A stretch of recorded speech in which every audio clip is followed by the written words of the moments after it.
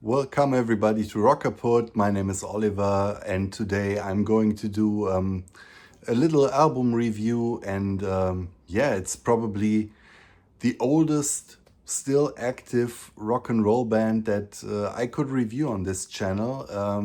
Brand new album out. Of course, I'm talking about the Rolling Stones.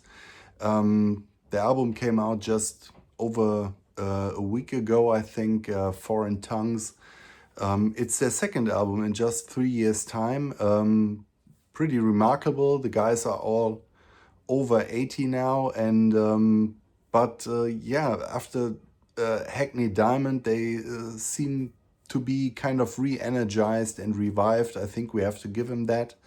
But let's get into their new album for now. Before I do, don't forget to give me a thumbs up if you like the video. Of course, subscribe to our channel. There's great stuff coming up. And yeah, let's discuss Rolling Stones and Foreign Tongues after the video in the comments. So yeah, like I said, second album in just 3 years' time. Again, produced by Andrew Watt, who also did Hackney Diamond. And he's this young guy with connections to the pop scene, and having given these guys some kind of makeover, fresh sound fitting to these times. If that's good or bad, we'll have to see. Actually, that it's just been 3 years might have something to do with that these songs are kind of leftovers from the last recording. So they didn't write a completely new album. Rumors say that there's enough stuff in the can for another record. So maybe in 2 or 3 years' time, we'll have another Stones album, who knows? Regardless of what you think of the album, I think we can agree on that, yeah, it's good to have these guys around. And as long as they put out an album like this, I think there's not much to complain. So let's get into Foreign Tongues. It's 14 songs in a little over 1 hour running time. It's 13 originals plus a cover by Chuck Berry called Beautiful Delilah. And yeah, let's just get into it. I guess if you listen to this album, you will have yeah, a couple of deja vus, because I mean, over the last 60 years, these guys have carved out their niche, so you know what you're going to get. There are some kind of some blues rockers, you have some funky tracks, you have a disco track, you have a couple of ballads, you have an acoustic piece by Keith. So they don't reinvent themselves, but yeah, Andrew Watt gave them some polish and gloss. So they don't sound like these octogenarians, but yeah, like a fresh, energized rock group. I think the record starts off fine with Rough and Twisted, great guitar work by Keith and Ron, and that's something I can say for the whole record. The band sounds fine. Mick Jagger, he doesn't sound like an 80-year-old. He's snarling and crooning and chatting, and yeah, like we know from his best days. So the performance is fine.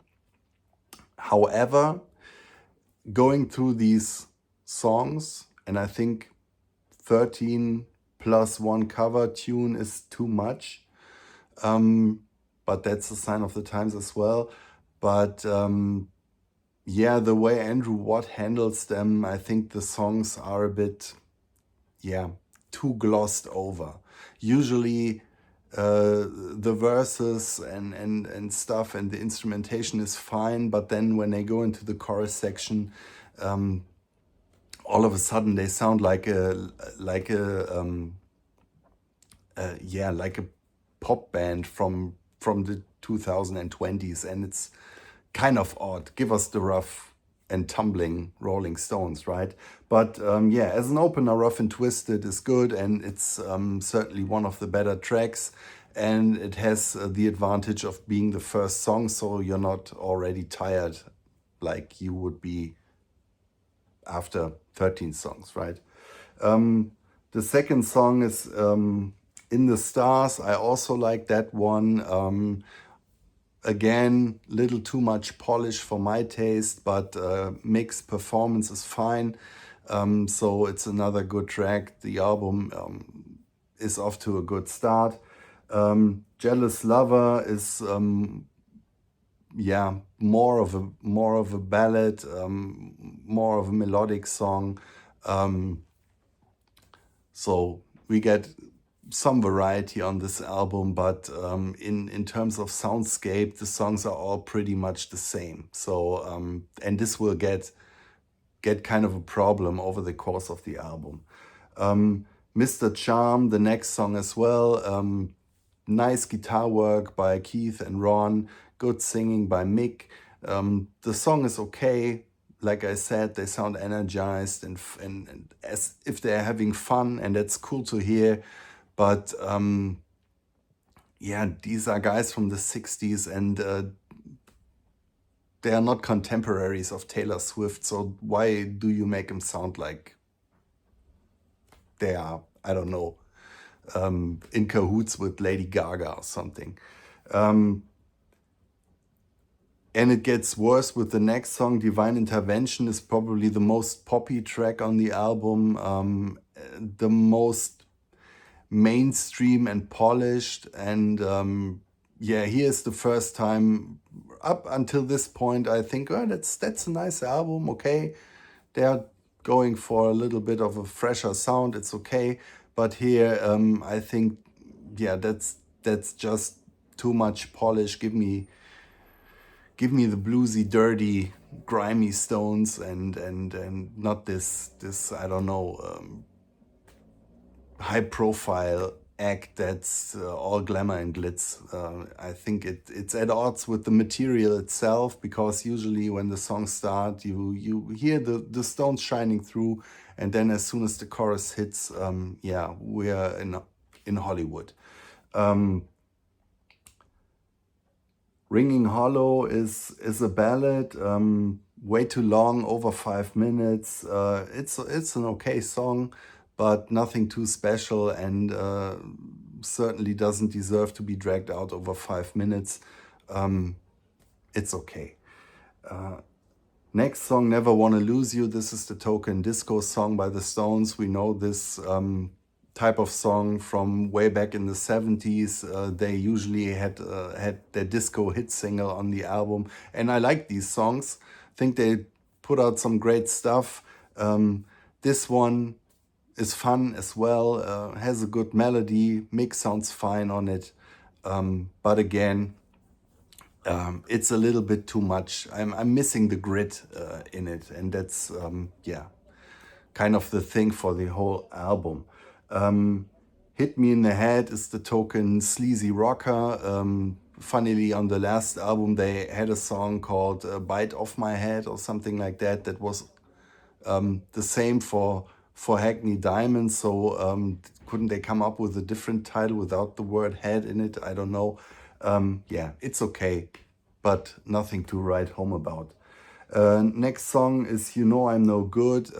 It's a cover tune, originally by Amy Winehouse.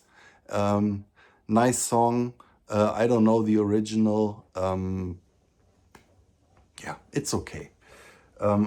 Before I forget, there are several guests on this album, and why did I forget it? Because you don't really hear it. So there's Bruno Mars on it. Paul McCartney is on it. The drummer guy from the Chili Peppers is on it, and I forgot. Yeah, Robert Smith from The Cure. He's also singing backing vocals. If you don't know, you won't notice it. It's, to me, it's more like a PR stunt, and hey, look who we can get for our album, and then having Bruno Mars play the tambourine or whatever he does. I don't know. Who needs that, right? Some of Us might be my favorite track on the album. It's Keith's ballad. I love his voice. You know, he sounds like this 80-year-old guy sitting down with his acoustic guitar, playing this heartfelt song, showing all the years of experience and life he has. So this is a song, that shows all what's missing in other places of the album. This why gloss over that these guys are old? I mean, we want to hear the experience. I mean, that's what blues is about, right? So I don't need them to sound like I mentioned it, Lady Gaga. Nothing against her, but if I want her, I'm buying her album and not the Stones. And this is a song where you can, feel that life-worn experience and the pain.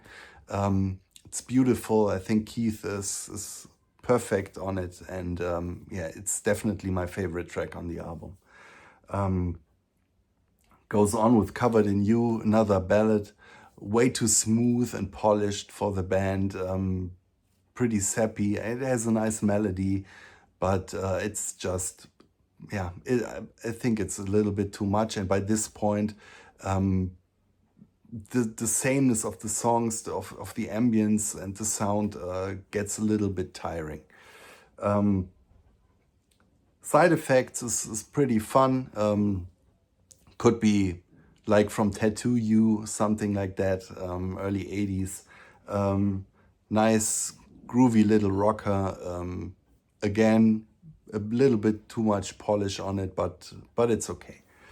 And then Back in Your Life is, I think it's another ballad, not too sure. Like I said, songs kind of bleed a little bit together in the end.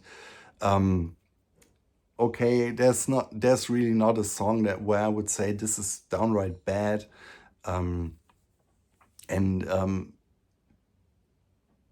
The album is a bit too long, but you can listen to it and have some fun with it, enjoying the performances of the guys, but asking, like I did a couple of times now, couldn't they have done a little bit less studio manipulation on it? The album ends with a pretty raw track, Beautiful Delilah, cover tune, Chuck Berry. Like I said, I don't really need this one, and I guess no one does, but like the song by Keith, it shows what's missing on other places.